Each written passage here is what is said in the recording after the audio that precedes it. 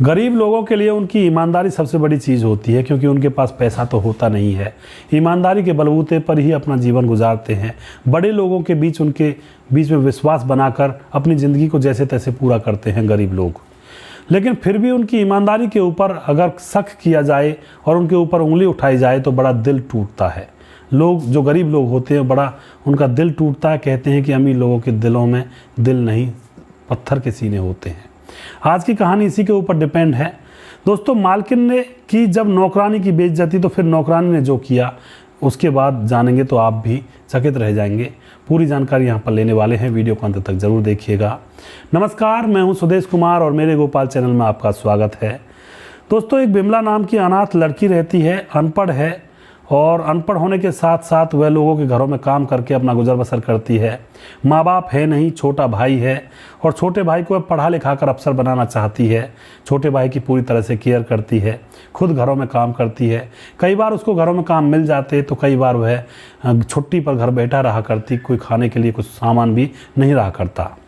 एक कुछ दूरी पर एक शुक्ला नाम के व्यक्ति की दुकान होती है। वह उसकी दुकान पर सामान लिया करती है, लेकिन आज उसके पास पैसे नहीं है, फिर भी वह सामान लेने जाती है। शुक्ला उसको जानता पहचानता था और बड़ा गर्व करता था कि यह बेचारी अपने भाई को पढ़ा रही है मेहनत मजदूरी करके। वह जाकर सामान लेती है। जब सामान लेती है तो शुक्ला जी पैसे मांगते हैं तो वह कहती है, बाबूजी मेरे पास पैसे नहीं हैं। शुक्ला जी जो कि बुजुर्ग आदमी थे, वह कह देते कि बेटी कोई बात नहीं, पैसे बाद में दे देना, क्या हुआ जो तुम्हारे पास पैसे नहीं हैं। तो यह लड़की कहती है बिमला कि मेरा काम छूट गया है और काम छूटे मुझे 20-25 दिन हो गए हैं और मुझे उम्मीद नहीं है कि मुझे कहीं काम मिलेगा और घर में खाने को भी नहीं है। शुक्ला कहता है कि हमारे घर में काम कर लोगी तुम? तो बिमला कहती है, हाँ बाबूजी, आपके घर में तो मैं काम कर लूँगी, आपके घर में तो मैं अनजान भी नहीं रहूँगी और जानती भी हूँ तुम लोगों को। तो जो शुक्ला होता है अपनी पत्नी से बात करता है, अपने बेटों और बेटों की बहुओं से बात करता है। सभी राजी हो जाते हैं और कहते हैं कि हमें नौकरानी की ज़रूरत है। तो बिमला उनके घर में काम करने के लिए चली जाती है। कपड़े, बर्तन, झाड़ू, पोछा, जो भी कुछ काम होता सारा काम करती और शाम को अपने घर पर आ जाया करती है। इसी तरह से उसका गुजर बसर हो रहा होता है। भाई को पढ़ा रही होती है, भाई को अच्छा खाना मिलने लगा था फिलहाल। अब कुछ दिन गुजरते हैं तो एक दिन शुक्ला के बड़े बेटे की पत्नी, उसका कोई झुमका खो जाता है और जैसे झुमका खोता है तो वह एकदम से शक करती है बिमला के ऊपर, क्योंकि वहाँ पर वही कमज़ोर थी और वह बिमला के ऊपर आरोप लगाने लगी है कि इन्होंने मेरा झुमका चुराया है। बिमला से कहा, बताओ नहीं तो पुलिस बुलाऊंगी, तुम मेरे झुमके को वापस दे दो। लेकिन दोस्तों, शुक्ला जो होता है हिमायत ले लेता है, क्योंकि वह बिमला को अच्छी तरह से जानता था। बिमला चोर नहीं हो सकती, चाहे कुछ भी हो, गरीब होते हुए भी। दोस्तों, यहाँ पर जो शुक्ला होता है बिमला की हिमायत लेकर उसको बचा लेता है। अब यहाँ पर कुछ दिन और गुजरते हैं। जो बिमला होती है उसको बहुत बुरा लगता है, लेकिन करती भी क्या, उसको सहन करना था। कहीं और नौकरी नहीं थी और भाई को पढ़ाना लिखाना था, उसका भरण पोषण और अपना भी भरण पोषण करना था। कुछ दिन और गुजर जाते हैं। तो कुछ दिन गुजरने के बाद अब बिमला के भाई की तबीयत खराब हो जाती है। वह शुक्ला से कहती है कि अंकल जी, मेरे भाई की तबीयत खराब है। तो शुक्ला कह देता है कि बेटी अपने भाई की तबीयत को सही करवाओ। उसको कुछ पैसे देता है और कहता है कि डॉक्टर से इलाज करवाओ।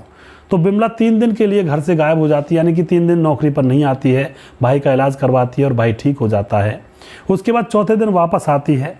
इधर दोस्तों 3 दिन जब वह नहीं आई थी तो घर की बहुओं की हालत ख़राब हो जाती है। कपड़े धोना, बर्तन धोना, साफ़ सफाई करना, बड़ा मनी मन गाली देती हैं कि आखिर ये आई क्यों नहीं, इसका ही भाई बीमार है, पता नहीं क्या करती है, इस तरह की बात है।